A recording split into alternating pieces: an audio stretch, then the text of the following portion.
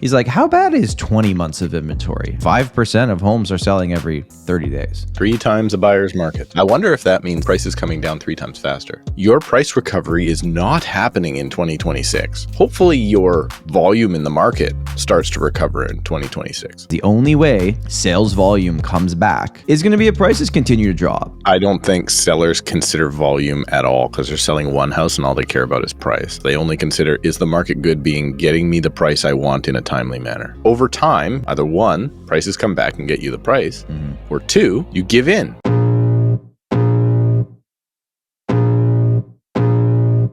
Welcome to the Tom Storey Show with Steve Karrasch and Tom Storey, where we discuss everything real estate or whatever else is on our minds. Happy Sunday. Welcome back to the Tom Storey Show. Happy Labor Day weekend. Summer is officially, I don't know if it's officially over, but it feels like it's over as we head into September, and Labor Day is kind of that final day. Steve, I got a question for you. For people watching on YouTube, at this point, are you just like, are the black eyes fake? Are you doing it so we can use it in the thumbnail and the videos do better? Like, do you just keep getting beat up? Are you winning any of these fights? Does anyone else get a black eye from you, or is it just you getting smacked in the face? I'm getting accused of them being fake in makeup. They are not. Turns out I'm not that good at jiu-jitsu. Yeah, I'm not that good at jiu-jitsu, and it shows. Literally. So yeah, no, it's another new one. This one was a small one though. It was just kind of I was passing guard. Not that you know what that means, but I was passing guard. I kind of got an up kick in the eyeball at the right time, and I was like, another one. When you get back, then I shaved into a mustache, and now it looks kind of cool. Looks pretty good. When you get back from jiu-jitsu, do you have that like high that you did something and you feel good and it kind of stays with you for a while? I've always found that with sports. Like when I get home, I'm like wired. Yeah, I wouldn't say wired. I would say it's like a relaxation, even like a calmness comes over you of like, okay, that was awesome.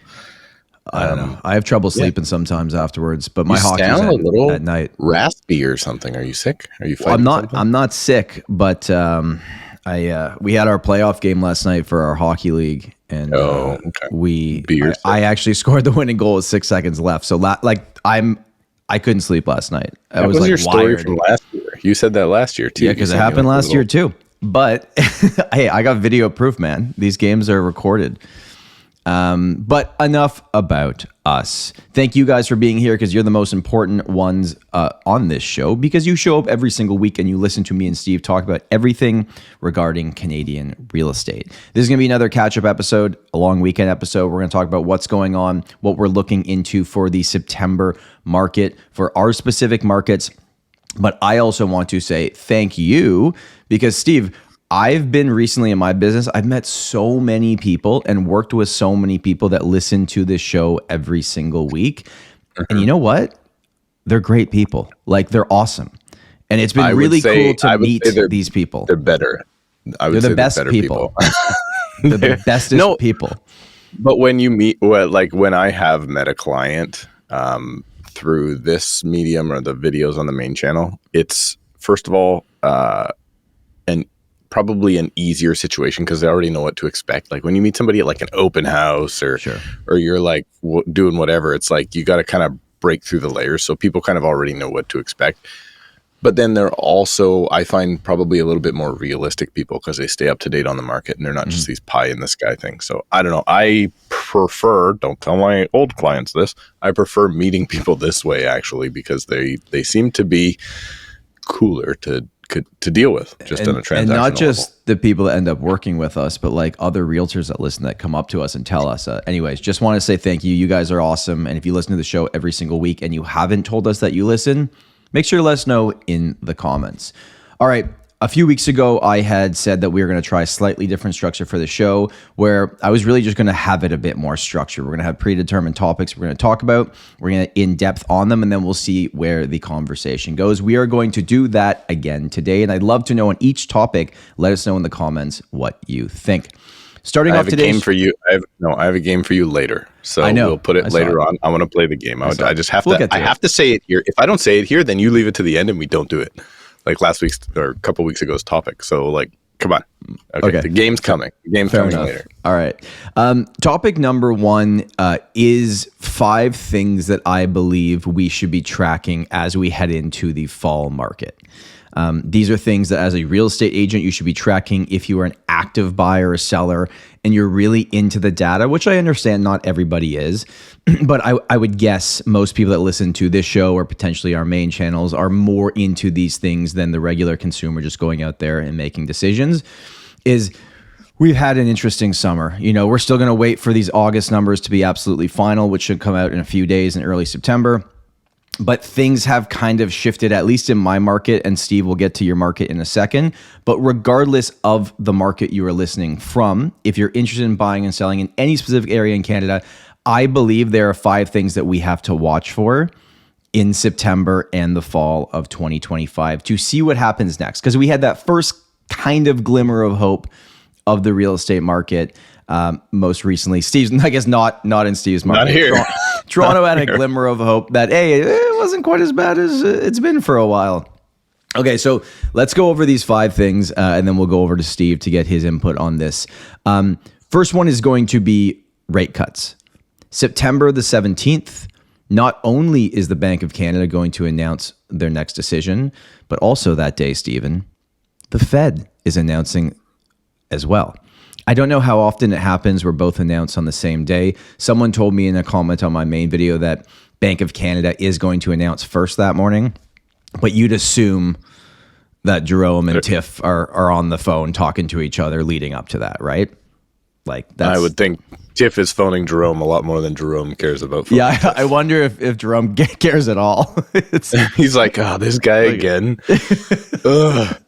It's like the guy in your office that keeps phoning you for advice, but does one deal a year, and he just phones you all the time. And you're like, this guy again. Okay, I'll help him. Okay, I get it. You think though, you think in those conversations they're telling each other 100% this is what we're gonna do, or I wonder for these rate holds or announcements or increases, do you think at any point that it's literally decided the day before? Where they've changed their mind 3 or 4 times, go back. Yeah. I'd love to know the process of how they're sitting in the room. And is it like there's a certain amount of people and there's a vote? Or is it just like it's just all the information's given to everybody and Tiff is just the one going, I'm making this decision? It would be quite interesting to know how we actually get in and how well in advance have they made up their mind. Well, there was that one a while back, way back, probably a year ago now. Don't remember when it was, but so the inflation data comes out on the 3rd. Is it the 3rd Tuesday of every month or the 2nd? Whatever it was. It was like the next day was the announcement because they come out on Wednesdays. So that was one where it was like everybody was going to do one thing and then they for sure changed that one last minute. So I don't know. I think stop rooting for lower interest rates, everybody, because if it comes out this time, it's going to be because we're losing jobs. So, but I also think that, and I've said this so many times on this, if they cut by 0.25 September 17th, that changes nothing. This is the quarter that's going to do it, Tom Storey. This is the quarter that's going to really get out. If you took a variable rate mortgage on $100,000 borrowed, if they cut 0.25%, it would change your payment, I believe, by $13 per month per every $100,000. So mathematically, financially, this is not the thing that brings back all the buyers, and the overall confidence still needs to be there, and perhaps this does. But of the 5 things we have to track for the fall market, even though I'm on the same page as you, Steve, I don't think this makes a difference. It'll be bigger news if they hold, probably, because inflation came out in August at 1.7. You take away the housing side of things, inflation's at 1.3. So could the argument not be made that, and the job numbers are not very good right now, could the argument not be made that they actually should decrease because inflation is lower than 2% and they want to get it back to 2? Their mandate is just 2. Mm-hmm. So their maybe mandate is 2. Yeah, I think what Canadians get mixed up often is we have a mandate at the Bank of Canada for inflation. Mm-hmm. They do not have a jobs mandate or a real estate price mandate. So the U.S. Fed has an inflation mandate and a maximum employment mandate. Mm. So they are supposed to, now I don't know if that's really what happens, but they're supposed to consider both inflation and employment in the States. And the mandate in Canada is only inflation. They're not supposed to consider employment. But it's only inflation at 2%. And it's like, when you look at the inflation numbers, is it the core inflation we have to look at? Is it just the overall number? Are we stripping out housing? Like, there's so many different ways you could look at it and decide what it actually means. Where I think food inflation was still up fairly significantly. I think over 3%. We could as a country, this is a scary thought. What if the country goes, well, we need a little bit more inflation or less inflation, so that's why we take in or out the carbon tax at the time. So we don't just rely on the Bank of Canada to do it. We can put the carbon tax in or out. That's also like, I guess it's not real, but it's like the reason why the energy was down 10% in the inflation numbers was because the carbon tax was taken away or brought to zero. But our gas was super cheap out here for a while. When I was on vacation weeks back, it was like when you didn't $1.40. need the gas, it was cheap. Yeah, it was like $1.40 in 100 Mile House, and it was $1.69 here. So I don't know. Gas the other day at $1.15. Yeah, because for some reason BC has to be 17 times more expensive than anywhere else in the bloody world for the same product. I don't know why that is. The Rocky Mountains, I guess. Although Seattle, Washington is a lot cheaper than it is here. I don't get it. Anyways, that's the first thing that we have to track for the fall market outlook that we're looking at for any market across Canada. That's only number one, but it's the one that's going to get the most attention and noise and media headline. I think it's the one that's least relevant, to be honest with you. I don't think it really matters what they do, whether they hold or cut 25 points. It's not going to be interest rates now are like the Avengers movies. Like, do we need another one? I don't know. I don't think so. They're like, everybody liked the first one, and then when they all came together, like at one point, that was like pretty good. Now it's like, now they're like, oh, I know. How about do it on the same day? That'll be a good one. It's like the new Jurassic Park. Now, I've not seen the new Jurassic Park. Me neither. But there was like some sort of zombie dinosaur or something in it, and I'm like, okay. Like the dinosaur they showed was not a dinosaur. It was like some obviously mutant or something, and I was like, okay, I'm out. We don't need dinosaurs. Are scary enough. I don't need mutant dinosaurs. Get me out of here. You guys are just out of ideas. Okay, number 2. Moving on from dinosaurs. The second thing that we need to watch is our inventory levels, I believe in your market too, most places across Canada, dropped off in the summer. That happens almost every single summer. A little bit thumbnail. Yeah. That's our thumbnail. Hold it. Mark it. And what we're going to have to track is, are they coming back? Are these sellers giving up and just saying, I can't get my price? It's not going to happen. The market's not going to change. I'm not coming back to the market. That would be, if you want the market to pick up any type of steam, if you're in that camp, you would want them not to relist, because less inventory means less to choose from, which creates more buyer demand typically, right? The second potential is they could just decide, okay, I can't get my price, but I'm going to rent it out and put it on the rental market. That still removes a sale listing. So 2 of the 3 potential options that people have, at least in my opinion, would remove sale inventory. Or the third one, how many just come back to the market? Because if they all come back in September or early October, then we're just right back to where we were in June in terms of inventory levels. Any thoughts on that? I did a video on this previously, and I want to say it's quite some time ago. Well, it was this spring, I guess. And when I tracked the numbers, when the numbers started to dip, you have between May and September sometime is inventory's peak for the year, and then it plummets for the rest of the year. But of the years where inventory went down in the summer or spring, and then back up in September and October, the following year was a terrible year in real estate. Oh, interesting. So it was very like, okay, so if we now just see a continuous downturn and all those properties don't come back to the market, we'll probably see some sort of a regulation of them, or wrong word. We'll see an okay market. Let's put it that way.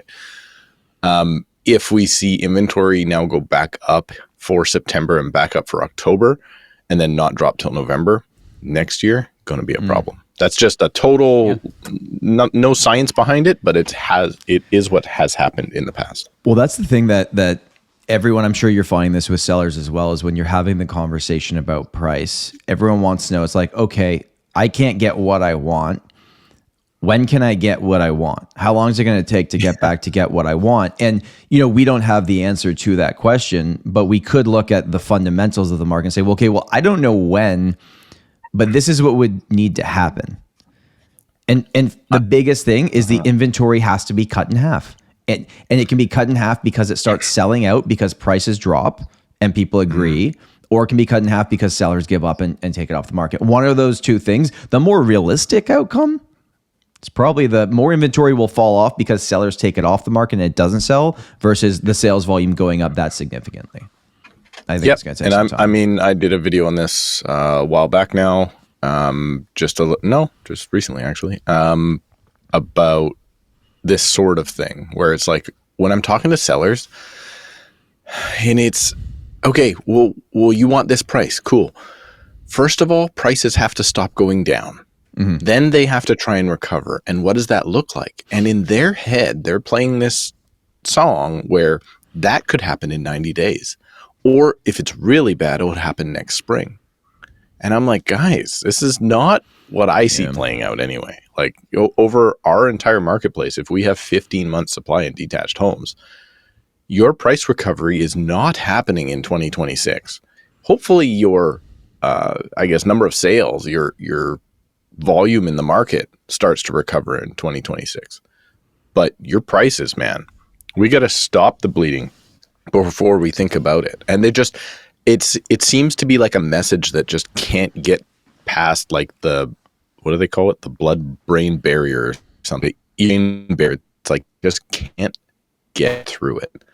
Am I seizing up, Tom Storey? On my end, You're back. Up. You're back. You're back now. Okay, I think I'm back. Anyway, we kind of got the point of what you were trying to say. So, like, we're good. All right. Well, it's the internet going, yeah, get on with it. Number three. Interestingly enough, friend of the show, Mike Kearns, who I know listens and has been a guest twice, he messaged me for the numbers that came out for his market out in Collingwood and Thornbury and Meaford in those areas. And for one property type, he's like, how bad is 20 months of inventory? I'm like, well, that's an interesting question. That means 5% of homes are selling every 30 days. So that's what that means. 3 times a buyer's market. So yep. Prices coming down. I wonder if that means prices coming down 3 times faster. You didn't get into real estate to become a web developer, but a great website is a must.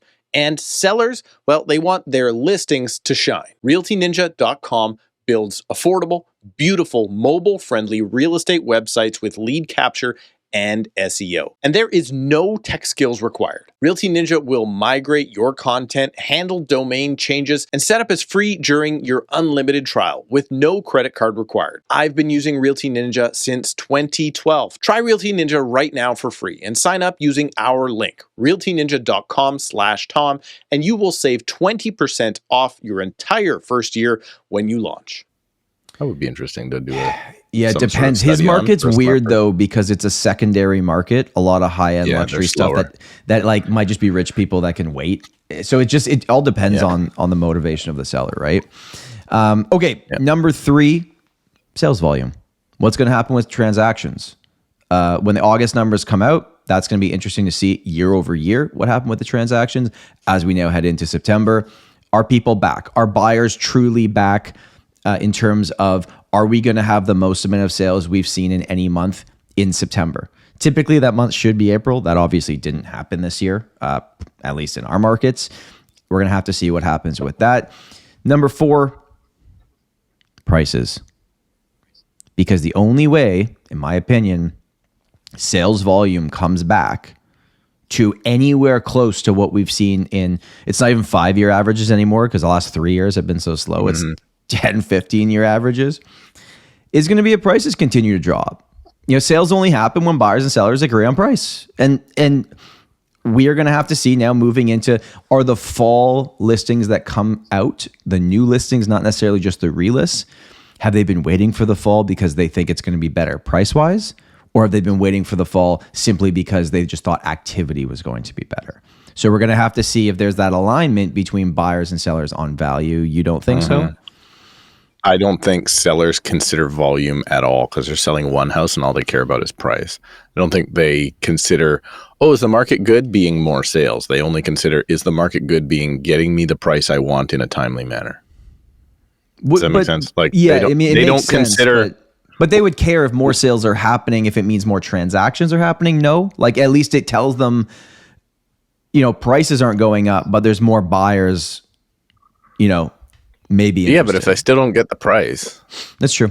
I mean, it's right. Like that's all they're worried about. If they're not selling, like if you're not dedicated to selling in this market, it's because you have an unrealistic price of current market value that you're asking for your home. Like that's it. So if you either over time, you're going to see a couple of things. Either one, prices come back and get you the price, or two, you give in. I guess 3 is you just don't sell. But like, that's what we're trying. I think more sellers should give in sooner now to get more money, right? Like the conversation is like, if I look back now over the last 7-8 months of the year, I don't think there's anybody, not one of my clients, that could sell for more today than they could have in the spring or that they could have in January. I think all of them, they're all looking back on it going, yeah, I'm pretty glad I did that compared to now. Like I phone my clients every once in a while, be like, hey man, I just saw one on your street. They moved 3-4 months ago. We did the deal 5-6 months ago. And I was like, did you see that one on the street? I'm glad you got out because that was $70,000 less than you. Some of my top sales this year were January and February, which is weird in terms of like the value I think I got for them, which was strategic. We were getting on the market quick when inventory was down and it worked for the buyers that were back. Didn't quite know that tariffs were going to have as much as an impact or if there was going to be a deal or not, which of us recording that, we still don't have a deal. Moving on. Can I say one thing real quick? Okay. I was listening to Poilievre's acceptance speech. I'm going to get to that next. Pay attention. Okay. Well, okay. I'll leave it then. Okay. All right. Moving on to subject number 2. PP is officially back in Parliament. Wait, did we do 5 things there? Sorry. The 5th one was just the general months of inventory, which that is calculated through all the other things that we've talked about in the other 4. They will create that number. So that will be one to track to see, does the inventory go up? Does it go down? What's the percentage of homes actually selling? Most important thing. Anyways, with that down, let's move on to Pierre Poilievre, officially back in the as a member of Parliament. Congratulations to Pierre. Also, I thought it was actually a really classy move that Carney put out a tweet when Pierre won, congratulating him and basically saying, "Okay, let's get this thing going." They're all back because I haven't done because I could have got this thing break. I could have got this thing going 6 months ago, but let's get it going now. I thought that was a nice gesture. Anyways, he's back. The way that I look at this, and I don't really want to talk about politics too much in the show, so we'll just quickly go over this. I think this is Pierre's final shot, right? I think he's got the next few years and potentially the next election to give this a go, and then they'll see what happens and where Canadians are at with their voting preferences. And, if the big orange angry man is still making noise over there, no matter what happens, the Liberals might always just remain in if Trump's over there. Your thoughts, Stephen, on Poilievre getting back in, winning that seat in a landslide victory? Not that should be shocking where he ran.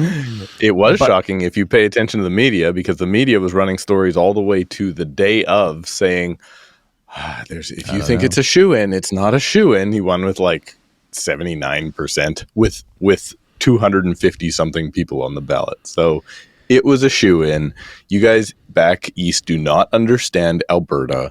They're not going to vote any other way, just like downtown Toronto's not going to vote any other way. It is the way it is. I thought it was hilarious. I will say one thing.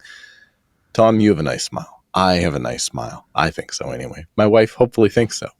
Okay. Pierre Poilievre, stop smiling. I want to get shirts or no, hats. Why, is it a creepy smile? What's the problem? It's a fake smile. I want to get a hat that says, make Poilievre a nerd again. Put the glasses back on and become who you were. Become the critic. Don't try and do this smile thing you do with your wife standing over your shoulder. You are very good at crap talking the government because that's your job. Just get back to doing that. Put the glasses back on, man. Be who you were. I do think he had a hilarious slogan. I think he should get away from the slogans. Yeah. But he had a hilarious slogan in his acceptance speech thing, whatever you call that, of tariffs up, elbows down. And I thought it was hilarious. So that's all we have to say about PP. Well, political theater will be back. So if you enjoy those clips that come out, there will likely be more of them. I just read your note for the next topic, and I believe spell check got in the way. Yeah, it did. I'll get to that in a second. But here's my final thought on this. Okay. Sorry.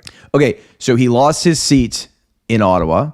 So he goes to Alberta to run in a place that he believes is going to be a huge win, and it was a huge win. Even though they tried to do the long ballot thing again, which they just dismissed, and people actually, I believe, just had to write the name. That's what happened, right? Okay.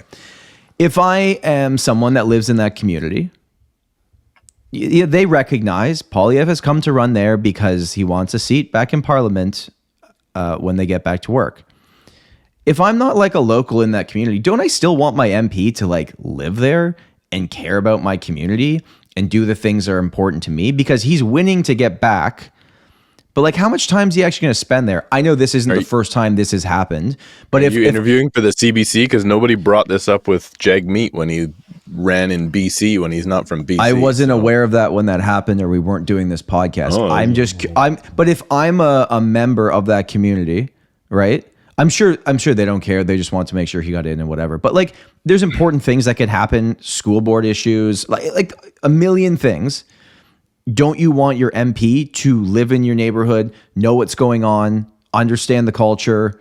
Isn't that important to you? Like you were saying, like he'll probably set up, probably rent a place. He'll set up an office. He'll probably get a rental there, and he'll be back and forth from there. And you think so? Represent. I wonder how much time he'll spend there. I think he's much better served in Ottawa, but he'll represent those people the same way all of our MPs represent our people, by voting party lines no matter what. Right.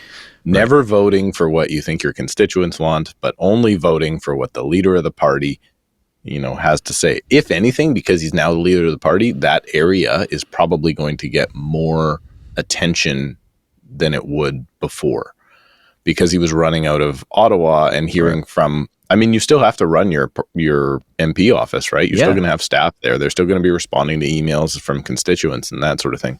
So I think that stuff will get pushed up. I mean, I guess if you're Carney and you just pick the for sure given Liberal seat in Ottawa, that's the easiest way to do it. Poilievre had that seat in Ottawa for 20 years until they changed the boundaries. But let's move on from politics. Let's move on from politics into disaster in the real estate world. Now, we're slightly late to this story, not because I didn't want to cover it when it first came out, but our last episode, when it was just me and Steve and we talk about these things, this literally dropped it must have been 2 hours after we ended recording. And then we had Zachary on the next week, and I wanted to focus on other topics with him. But this is a big one, not just for the real estate industry, but for consumers. And knowing when you hire somebody who they work for, and is your money safe? This is where I really think this comes to here. So for people that aren't aware, there was a company, I say there was because they are now officially shut down as of August the 19th. RECO, which is the Real Estate Council of Ontario that regulates us. And really their biggest thing is making sure that the trust accounts, they're doing audits on the trust accounts on all the brokerages in Ontario, making sure that the money is where it needs to be, because that's where deposits are held for real estate purchases for these brokerages, and it sits there until closing. Okay. What happened is that iPro Realty was shut down by RECO on August the 19th. iPro Realty, Steve, had almost 2,400 real estate agents. So they weren't some little tiny office. They were a model that worked, that got people to sign up for them, that had... Yeah. Those are two different things. Listen, that had a few agents I highly, highly respect, by the way, that I've done many, many deals with over the years. Some massive market share players in different areas. Yeah, you'll know the people I'm talking about. They've all now had to go to new brokerages. So the first part of the story is like, okay, 2,400 people have to find a new company. Okay, fine. Who cares? Whatever. It's shut down. You can go sign up for another real estate brokerage. The worrying thing is, you know why it was shut down, Steve? Because $10 million was missing from the trust account. $10 million. Do you know whose money is in the trust account? You know where that money comes from? That's buyers' deposits. That's the money sitting in the trust account. That's vanished. So as a real estate agent, we were basically told by a regulating body and our brokerage, if you have any ongoing firm transactions with this company, basically you might get your commission, you might not. You're going to have to file for insurance. We don't know if insurance is going to cover the whole amount. This is going to be a long, long thing. The agents that worked for the company that probably had tons of pending transactions, and I recognize most people are going to be like, who cares? Real estate agents don't get their commission. Let's move on to something I care about. But that is a massive thing, okay? Like I get how this works. Here's the bigger thing. It's not just if you listed your property with an agent that worked for this company in their trust account. Obviously, something weird was going on. I'm not going to make any accusations here. It's worse if you were buying with them because the buyer's brokerage keeps it. It's worse if you bought a house listed by them and it hasn't closed yet because your deposit is sitting in that trust account, which I would assume is now frozen, and there is money missing from it. And will they have enough money to pay out everything that's needed, and your money is sitting there? That's what's worrying to me. So I think the big thing with this story is maybe know who your real estate agent actually works for. Do a little bit of research on, I get it. People don't hire because of brokerages normally. They hire because of the person. Wait. And second, I'll hold it. And second, if you are a buyer working with a realtor making an offer on something, it's also maybe important to know the real estate company and their reputation. Now, we didn't know this was coming with this. This came like down out of nowhere, at least for the news. But really crazy stuff.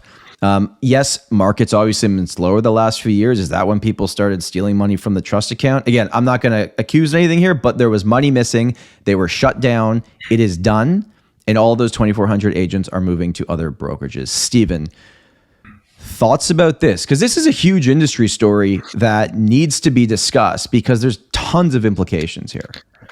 Yeah, I want to make it clear, though, when somebody says, okay, well, whatever this is called, whatever, like, I do consider that to be like, okay, well, what's this company name? How come I've never heard of them before? They're not in your market. I get that. I totally understand that. I'm getting to something here, Tom Storey. Relax. I'm doing. I'll shut up. The weave. Your thing. I'll lean back. Just because you are using an agent from Remax or Royal LePage or McDonald Realty or a different company, you have to remember a lot of these businesses are also franchised. So they are just as big a problem.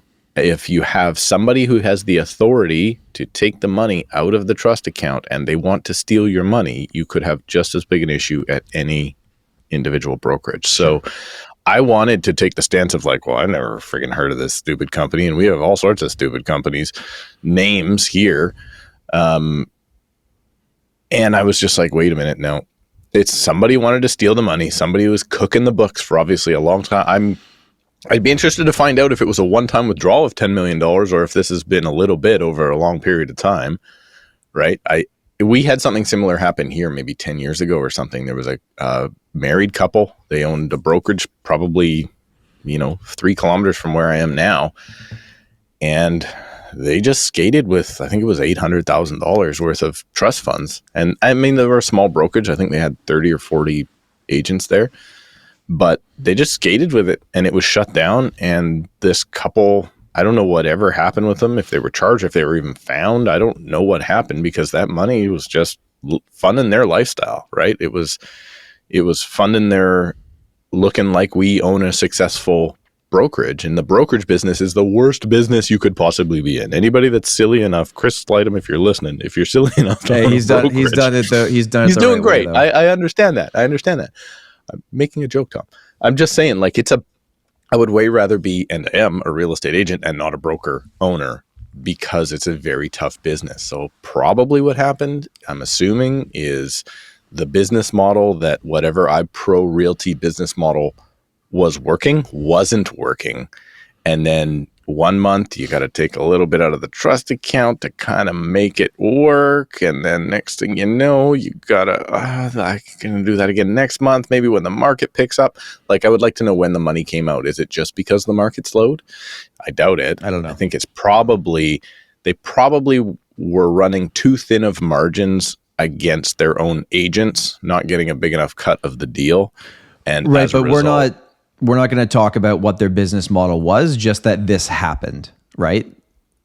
No, I'm not saying, I'm just saying whatever their business model was. Sure. So you've basically got two options. This episode of the Tom Storey Show is brought to you by Karrasch Dunlop. Real estate agents, you spend months, if not years, earning your clients' trust. You don't want to lose it on inspection day. For over 45 years, top agents across Canada have relied on Karrasch Dunlop for home inspections that are clear, calm, and client first. Their inspections don't just find issues, they know how to explain them in a way that will protect your client and your credibility. If you haven't worked with Karrasch Dunlop yet, now is the time to find out why Canada's best trust Karrasch Dunlop for home inspections. You can learn more at carssondunlop.com. I will also tell you, in the Toronto real estate market, whenever I see a pre-home inspection by Karrasch Dunlop, I know my buyers can trust it. And Karrasch Dunlop is a company we've used so many times over the years for our buyers and sellers. carssondunlop.com. And now back to the podcast. One, somebody was tempted to take the trust funds to make the business work and the business failed,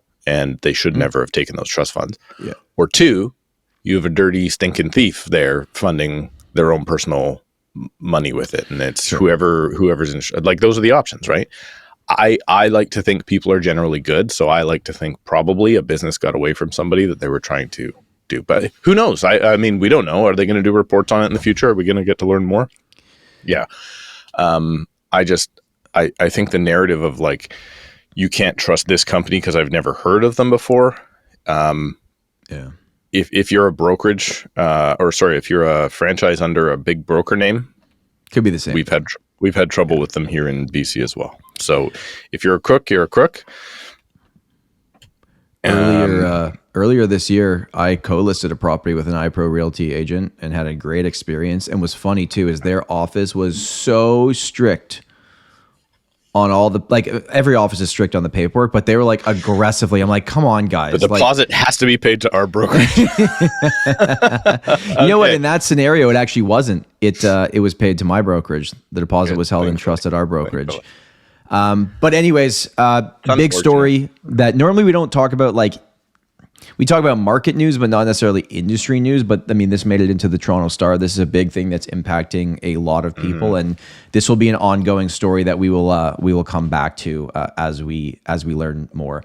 Let us know in the comments. You know, if you're a buyer or a seller, does hearing something like this scare you? I saw someone on, I don't know which episode it was, Steve. Someone actually said, like, I wanted to buy, but based on this iPro scam, I don't want to. Stupid. Yeah. I'm going to refuse to become a homeowner because one guy at one company was running a scam. Okay. I don't know. All right. If that's why, that's why you don't want to buy. Sure. Right. All right. Well, let us know what you guys think about this in the comments, because this was obviously a really, really big story here in the city of Toronto that's impacting not just the real estate agents, but the buyers with the deposits and anyone that actively had a home listed with this company. With that down, Stephen, we're moving on to, I don't know, this might sound like a little nerdy, but for me and you, I think this is one of our favorite topics at this stage in our life: paying down your mortgage. Oh, yeah. Okay. I thought you were going to say jiu-jitsu again, but you're not in jiu-jitsu. So no, I play a real sport. Yeah, pay down your mortgage. I think you should. Oh.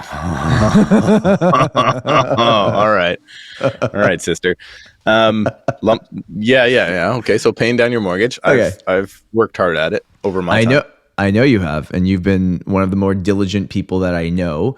And I wanted to talk about my own personal experience. I wanted to give the viewers of this podcast a prompt that you can put into ChatGPT or Gemini or Gronk or Perplexity. I don't know. What is there any AI I'm forgetting Gronk or about? Grok? Grok? I don't think you could put any complexity into Gronk.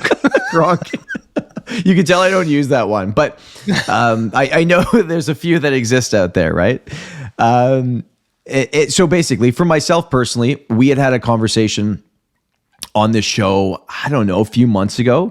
And I was getting to the point that I had saved some money and I was starting to look at what condos were selling for, good condo buildings in areas that I liked. And I had to make a decision. I wanted to do something. And it was either going to buy the condo now. I understand there could be more downside risk, but I want to buy a AAA condo in a good building at a price that I was okay with and just hold it for a long, long time. That was going to be the mindset. Or my second option was, we'll just take that potential deposit and try to max out your lump sum for your mortgage for this year. So I decided after a little bit of debate, and Steve, you kind of told me just do the mortgage thing, which I'm happy that I did. Because my mortgage rate's basically 5, right? It's not in the 4s.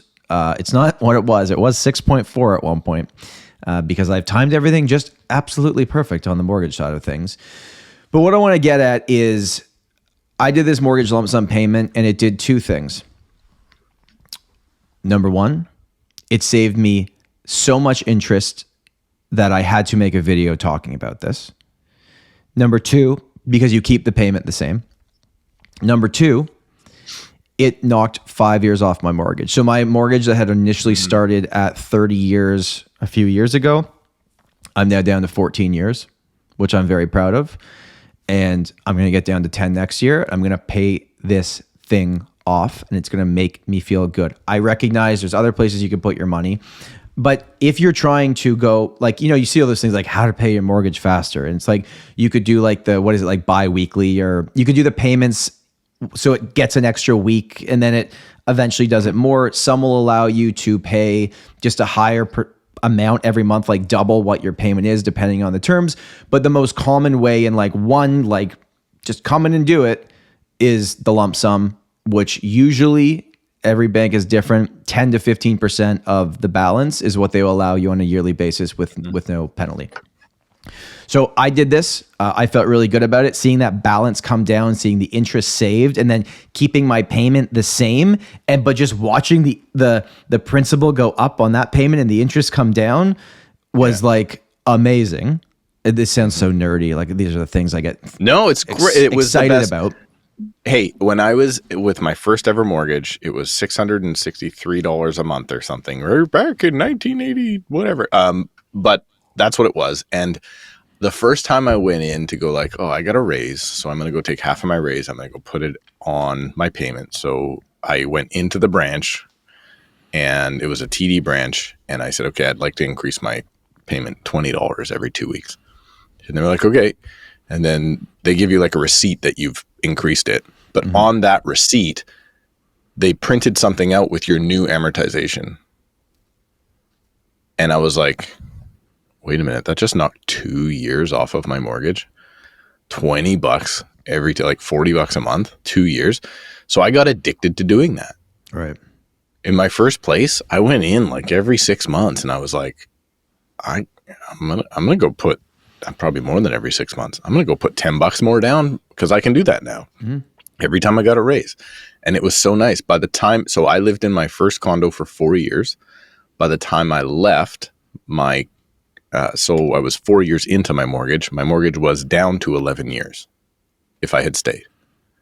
And then obviously it would have been paid off even further. So I think it's great. Now, I do think that increasing your payment is also extremely beneficial for more people because it's forced. Agreed. And then you're also then not paying the interest on your next payment, as opposed to putting it in a bank account and saving for the lump sum. Sure. Yeah. I mean, effectively, it could do the same thing over a period of time, right? Yep. So, I mean, I encourage it. If you have something like that, I find the calculators online are kind of hard. I'm sure ChatGPT. Let me give you the prompt, because this is where I wanted people to actually benefit from this. Maybe what we'll do is I'll put this in the description of this video as well, if we remember, Steve. Can I say, you say you're going to put something in the description. And I never give it to you. And you've never given it to me, and you've never edited into the description. So if it's not in the description, it's Tom's fault. Okay, well, I'll just say it out. It's pretty simple. Also, if something is spelled incorrectly in the description, that is my fault. Most things are Steve's fault, just to be clear. This is what you're going to put into ChatGPT, okay? Now, some if you log into your online banking, some will do this calculation for you because they have it all there. If you can go into the branch, you can get this as well. But this is just a simple way, okay? You write this: I am looking to do a lump sum on my mortgage. My bank allows and this is where you have to plug in, a 10 or 15% or whatever the number is, 50% prepayment every year without penalty. So put in what that number is. That's your first thing. Then you just write, my balance is, and let's just say it's $450,000. You put your balance in. The next category, you say, my rate is 4.5%. And then I want you to put in brackets until March 2027, or your Whenever current rate. When does it expire? My amortization is 22 years left, or 15 years, or 10 years, or 29 years, or whatever it is. Put in the month and the day too, if you have that information.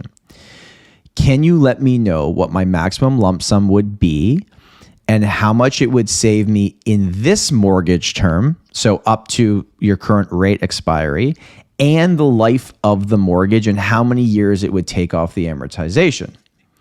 This is where it will then spit out. It thinks for a second because you're throwing a lot of information out, and then it will just spit out all the numbers. Say, this is your maximum amount you could put down. So I think in this example, it would be like, I don't know, $67,000 or something would be your at 15% lump sum on 450. You can put this down.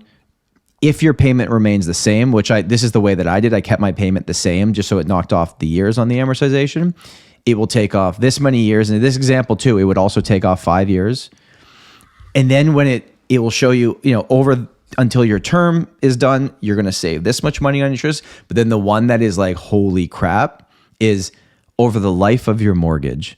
And this is assuming that over however many years left on your AM are at the interest rate you currently have, and that will fluctuate, but it's still a good number to work with.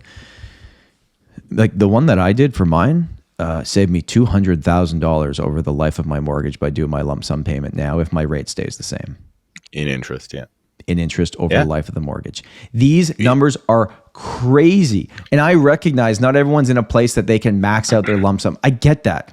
What I'm saying is if you have a little bit of money saved up and you're not going to Disney this year like Steve does because he just loves spending on big things.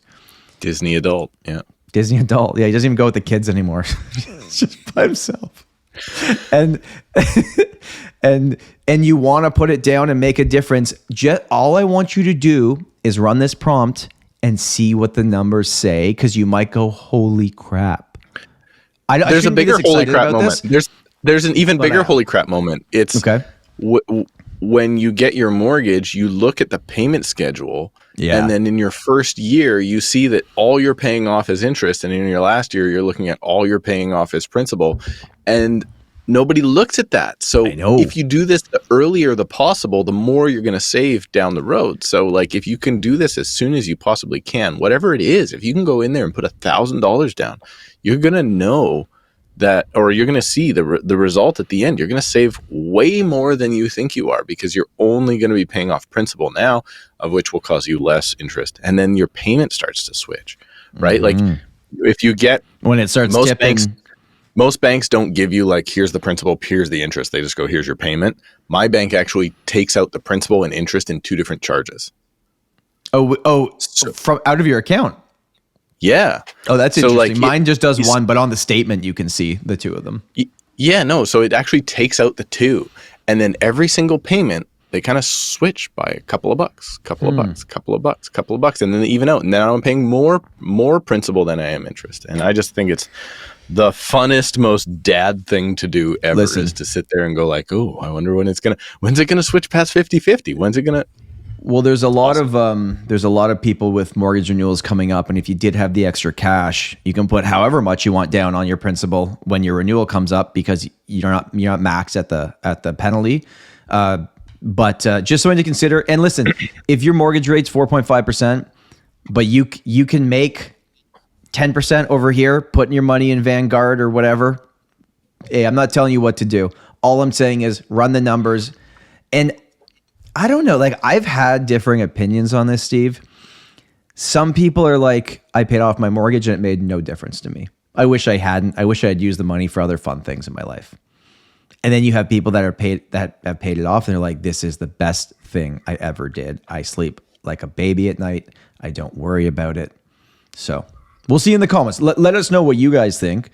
Have you ever done a lump sum payment? Have you thought about it based on today's conversation? Please at least run the numbers and educate yourself on that. Interest saved over the life of the mortgage is the holy crap moment. That when you see that, you're like, oh, maybe I should consider this. Yeah. For me, it was knocking years off because I was just like, oh, this is one step closer to not being beholden to someone else.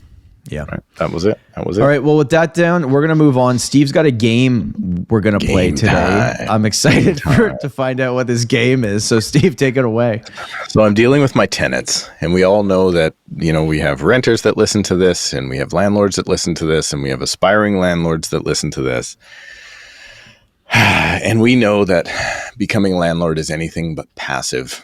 And then you have tenants that now live in your property. It's your property. It's your investment. It may be your house, basement rental, whatever it is. When you do a rental agreement, you have to abide by your province's Rental Tenancy Act. But when you do, and you should use the prescribed form for any tenancy, you shouldn't make up your own, because if you do it wrong, you miss something, right. The act prevails. But on your tenancy agreement, you can have a Schedule A.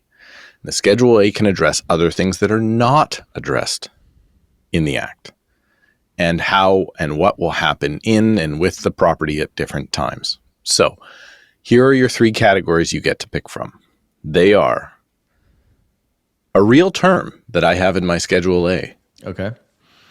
A fake term that I just made up. Hold on, let me write this down so I don't forget. Real, fake. Real, the third one? Fake, or something that will be added to my next addendum. Hey folks, if you're looking for a real estate agent in the city of Toronto, let's face it, you gotta call my buddy Tom Storey of the Storey team and Royal LePage Signature in Toronto, Ontario. They're your obvious choice, because Tom is not just the co-host of this podcast. No, he is a real life and top producing real estate agent in the city of Toronto. There's nobody out there that knows the condo market better than Tom and his team in downtown, but they do service the entire city of Toronto and any of your residential real estate needs. So if you're looking for an agent, do not hesitate to reach out to Tom, book a call with him using the link down below in the description of this podcast, and let Tom guide you through your real estate journey.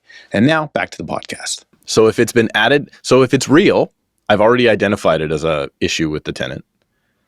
If it's going to be added, it has to be real though too. No, if you're going to add it. Added is something that I never had before, but I'm going to be adding with my future tenancies because this is a problem that has legitimately come up with my tenancies. Okay.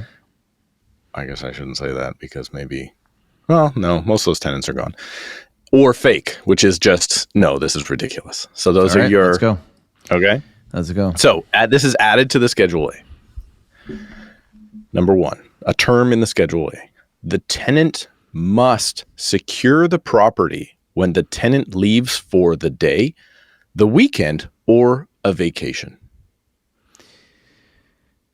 Secure the property means lock the doors and windows, just so you know. I'm going to say false. Not true. This is something that I now have to add to my future tenancies because I have had a tenant leave for 7 days and leave the property unlocked. Now, let's just clarify something. This is your basement tenant, so it's I'm not going to say where it was. I'm just going to say that this was, and I'm not even going to say what was secured. I'm just going to say, do you think it's reasonable for your landlord to ask you to secure the property when you are not in it? I think it's super reasonable. If I saw it in a contract, I'd be like, what the hell, man? Yeah, I lock the door when I leave. Yeah. Like, you don't have to write this in there. For my own protection, I'm going to do this. Okay. Number 2. The tenant may not hang any pictures or shelving on the walls. So I'm guessing if you've put this in there already. I'm talking about you here, not just anyone or the agreement, but you put this in. So you think this is real? I hope not. I hope it's not real because I feel like they should be able to hang some pictures with approval. This is fake. I'm not an asshole, Tom. Okay, Storey. Good. That's what I said. I said not real. Of course, you can hang pictures. Of course, you can hang pictures in your tenanted suite. Like, what do I got to do? Fill a hole afterwards? That's why I said fake. All right. Okay. No flushing of feminine products or dude wipes or butt wipes or whatever you want to call it. Baby wipes. Baby wipes, whatever. I don't. What kind of system are you guys working with out there? We're on city sewer. You're on city sewers. I mean, that's something you'd see on the wall of a rental on an Airbnb, like in the bathroom. I'd say it's real. It's definitely real. Yeah. It's definitely real because feminine products and all of those wipes that say flushable are anything but flushable. And if you're a landlord, your number one concern should be putting wrong stuff. There's 3 things that should go in the toilet. Okay? There's 3 of them. Number 1, number 2. I think we can all guess. Yeah. And the cleanup items for number 1 and 2 that are not these other things. Okay, so toilet paper is number 3. Or if Tom scored the winning goal, he might vomit in the toilet, and that's also acceptable. So there's 4 things. But I'm just saying, like, honestly, if you're a landlord and you don't have this, I actually not only have this in my addendum, I have it highlighted so it cannot be missed. If I'm a tenant though and I have a lot of options and I see that in the agreement, I'm like, this landlord is a little crazy. Awesome. No, it's the worst thing possible. I will tell you, John By had this issue once in a rental, flooded his rental apartment, and the plumber came, and when the plug or whatever was found, let me tell you, it was a thing. Okay, next one. No growing or smoking pot in the property. I'd say that's real. That is definitely real. And you in British Columbia and across Canada now, if you don't want your tenants to put on up to 4 plants in their home and consider your home then therefore forever a future grow up, you must put it in. So there you go. No using the oven after 9 p.m. Fake. Of course it's fake. Come on. What do you think I am here? Let's go. See, because I'm thinking like things that you just want, not just anybody, like just specifically you.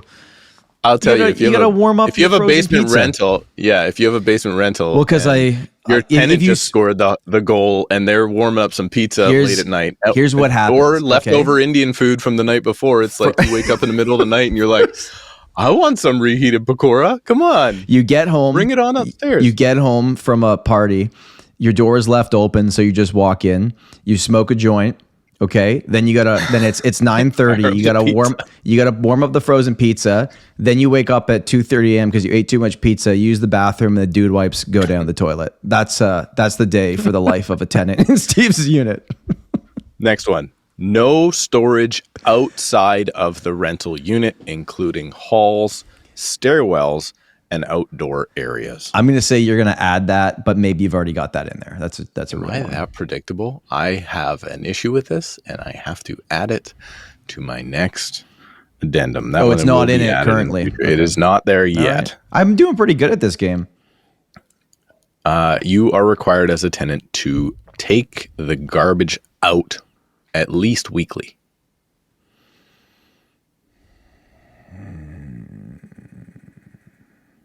Required. I'm going to say you have it in there. Absolutely. Especially when you have things like green bins.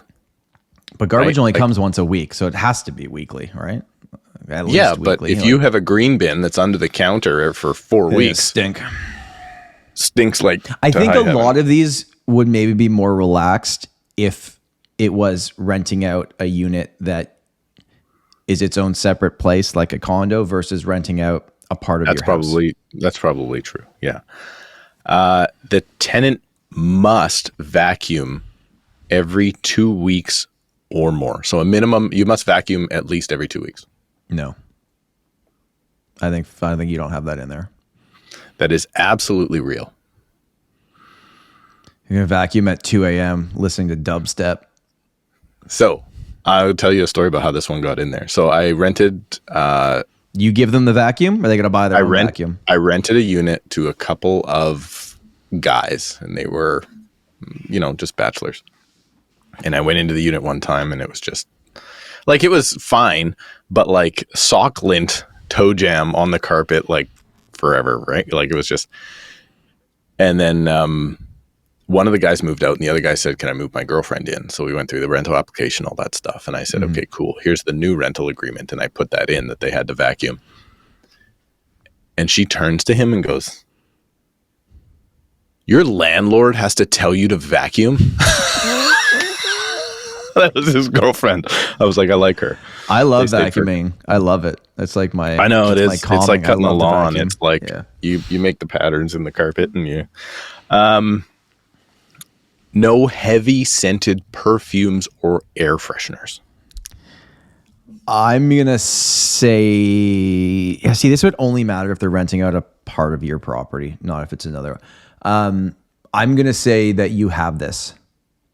It will be added to my next addendum because I've had an issue now with ridiculous amounts of scents being in multiple units of mine. It's really tough. Quiet time starts at 9 p.m. through 7 a.m. on weekdays and 10 p.m. through 9 a.m. on weekends. No, you do not have that. Am I that predictable? Was that too ChatGPT? Quiet time. Because that's probably something. Yeah, well, I mean, your strata units have that quiet time. I mean, but those are probably like in the bylaws anyways. You don't need to put that in. The tenancy defines a maximum amount of people allowed to live in the unit. Yeah, I think you would have that for sure. You would. 100%. That's real. That's got to be real, particularly in the rental market we're seeing right now. If the tenant adds an occupant or would like to add an occupant, they must do so or must request it in writing. Yeah, you definitely have that. 100% I have that. Tenant must report all visitors staying in the unit overnight. I don't like that one because what if you're having a one-night stand? Are you like, hey, hold on, just before I see if you can sleep over, let me call landlord Steve and hey, Steve, call my landlord and I've see got if we a girl over tonight. Get freaky in the basement. I'm wondering, that'd be a good way for people to one-night stands to get out. You can't stay over, sir. My landlord doesn't allow it. Get a text. Hey, I'm going to phone you in a few minutes. Can you just please say no to my request? And then they phone you and just go, hey, I was thinking about having somebody over. Nope, Can I sorry, you know the rules. Tonight? You know the rules. Of course, that's fake. Of course, I want all my tenants to have one-night stands. It would be great. No, that's fake. You got to live your life. I'm not a terrible landlord. That one was pretty funny. Where are we? If a tenant wants to add an occupant and it's granted, there will be a rental increase. I would guess that you have that in there. I would guess that, yes, you probably have that in there. You would like to add that in there. I would guess you would. That is actually in there, and you have to define it in the original agreement. Right. And in British Columbia, it does not apply to people under 19 years old. So children, you cannot increase the rent for. Got it. Okay. Adults, you can increase the rent for. No subletting.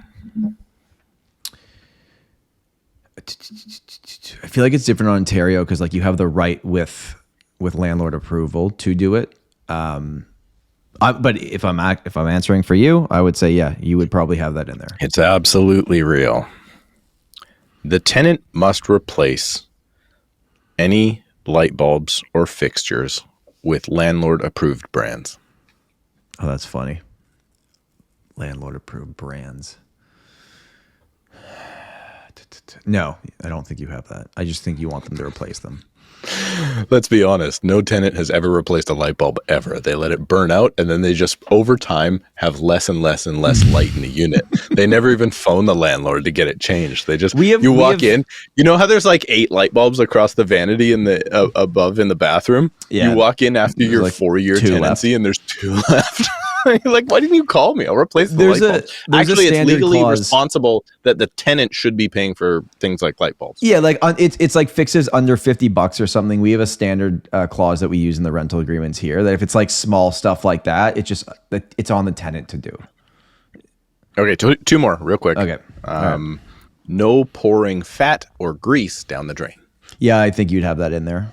100%. The city of Richmond right now is having, I don't know if it's because of their low-lying sewers. I don't know if it's because of their demographic. Like they've got a heavy mainland Chinese kind of demographic, so lots of like heavy cooking oils and that sort of thing. Mm-hmm. But they have a massive issue with people pouring grease down the drains. And they're actually, if you go on their Facebook page, you can see they'll post in the middle of the night when it's cold.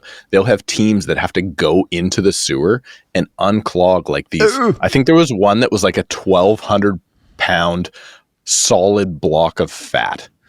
Fat, guys, does not go down the drain. I'll tell you a story. So I had a friend over one time. Him and his girlfriend were there, and I took the bacon grease and I was pouring it into the sink like this when I was done, right? Pouring it into the sink. And my buddy's girlfriend goes, "See, I told you could do it."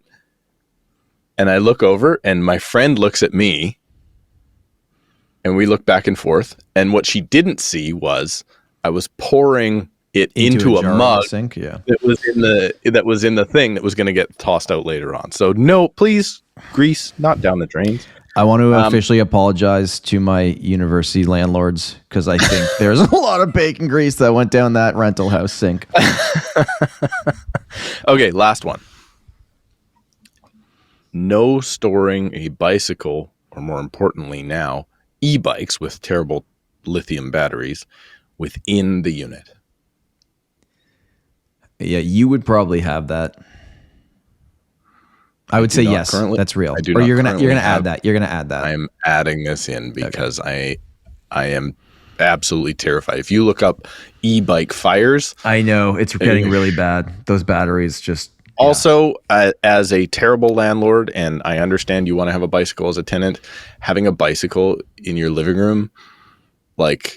What if you get like the things like you can get the hooks on the wall? You can put drives me crazy. Hooks on the wall. Get out of here.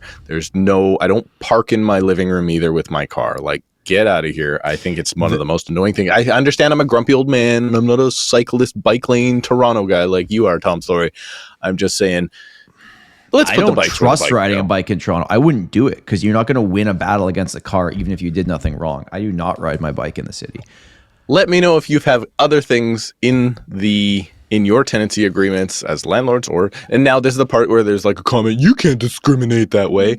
Beat it. You're not my tenant. You can discriminate. I get accused of discriminate every time I say don't take somebody on unemployment. They're like, you can't discriminate for your tenants. No, employment and number of occupants is totally fine to discriminate. Your likelihood of paying a bill is the number one way I'm going to discriminate against you as my tenant. Get out of here. Anyway, are you gonna send this clip of the podcast to any future tenants? To the Residential Tenancy Board? Hopefully they Google it and find out. I am the best landlord of all time, by the way. Let us know in the comments, would you rent from Steve? Just a bunch of hell no's. All right, we are going long, so I'm going to wrap it here with one final thing. This is just an update for you, Steve, because 2 weeks ago, I had brought up a story that a house in Brampton had received over 40 offers. Oh, yes. So I got an update on it in terms of what it sold for. It did firm up from that conditional sale. So this house was listed at $699. Again, I don't know what it's worth. Let us know in the comments if people in the industry know which house this is. I don't have to say the address. Let us know in the comments what you think if the price they got was actually above market value, below market value, yada, yada. It was listed at $699. It sold for $930,000. So that is 33% over the asking price. So seller took an offer. It worked. The strategy worked. Now what our audience is going to have to tell us, and the real estate agents that listen to the show or message me when you listen to this, do you think this was higher? Was the house worth $850 and this worked and they got $930? Or was it worth $950 and they just wasted everybody's time to get $930? We'll have to see what people say. Because I would love to know how many offers were over $699. I mean, with that many, I'd say at least half, probably more than half. I'd say 30 of the 40 were over $699. I would guess because that number was so low. How many were over $701? I don't know. Only the seller and the realtors know, right? It's the worst when you go into that situation. The buyer's like, "But I just want to try." I'm like, "Ugh." Like, don't try. Like, what Wanting do you to try is better on a house that doesn't have any offers. If you're trying on a house with 40 offers, you're potentially pushing up that top What price. in your mind do you think is going to happen? Do you think the seller's just sitting there going, okay, I got all these offers over here, just spin the wheel and just pick one and maybe I'll take that one? So you're saying there's a chance. Exactly. All right, guys. Thank you for being here. Thank you for listening. I hope you enjoyed this episode today. I hope you are enjoying the August long weekend. And if you got kids going back to school, I hope you got their backpacks ready to go, their new pencils, their lunchbox. I don't know, Steve, what else do people do? The happiest day of the year, where parents dance naked in the living room when their kids go back to school. But for some reason, the first day of school is only an hour now. So figure that out. You know, got to go easy on the teachers. Ooh, one time, Tom Storey, I will tell you my theory on teachers. And I'm sure that will. It will not only piss off everybody out there, but also the teachers. So it'll piss off. What a shock! Everybody that likes teachers and everybody that doesn't. I come like from an teachers. education family, right? Well, then let me piss off your family too. All right. Thank you everybody for watching and listening. Let us know in the comments if you want to hear Steve make all the teachers mad as well. Add just to the list of all the people he makes mad. And we'll talk to you next week. Bye.